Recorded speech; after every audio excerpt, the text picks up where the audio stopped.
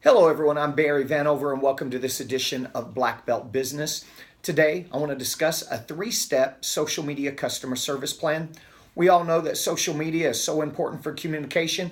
It allows us to communicate outwardly to our prospects, to our followers, to our students. It allows us to make announcements. It allows us to sell our services. It allows us to communicate and educate the community about who we are and what we do. Now, there's also inward communication.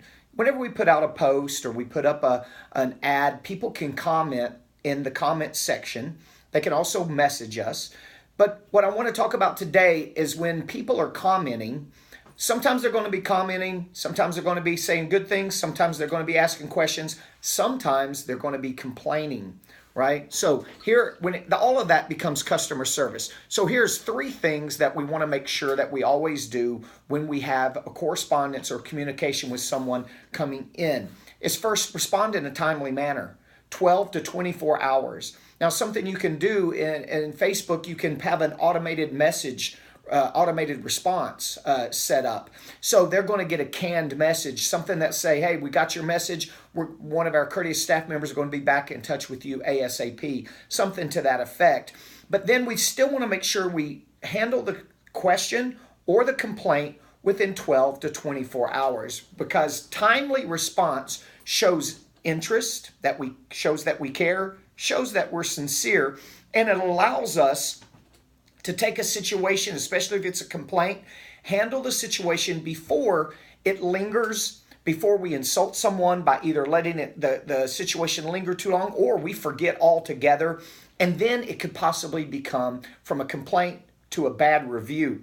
And once something's a bad review, it's often too late to handle that situation, too late for us to correct it. So always with questions, with criticism or complaints, or even if it's a positive thing somebody says, if you've got the time, respond back to them in a timely manner. Second thing is empathize with the customer. Now, if it's a criticism or a negative comment, empathize with the customer. Remember, customer is always right and perception is reality. So whether they're right or wrong, if they've gone to the trouble to complain or comment, it must be how they really feel. And again, right or wrong, it's their perception, so it's their reality, and then it becomes our reality. So we want to start handling the situation with empathy, not be defensive. Start off with, I'm sorry that you feel this way, or I understand you having a situation. How can I be of best help? And handle the situation from there. Step number 3 is move the conversation, especially when it's a complaint or a criticism, move the conversation to a private channel, which means get it off the comment section. Don't, in the comment section on your social media, have a conversation and try to handle this situation open to the public for everybody to see.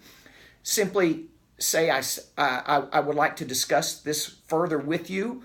Could you please private message me? You could either handle it through private message and respond to them through private message, and now the conversation is there.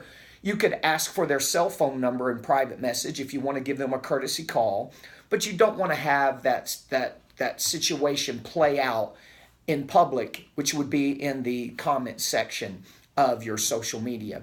So the main thing to remember and recap is respond in a timely manner, empathize with the customer, and move the conversation to a private channel. Okay, hope that helps you guys with a little bit of customer service. And if I could add anything to this, is just remember all of the different ways we have to communicate with people. We have email, we have telephones and cell phones and texting, we have social media with the comment section and private messaging.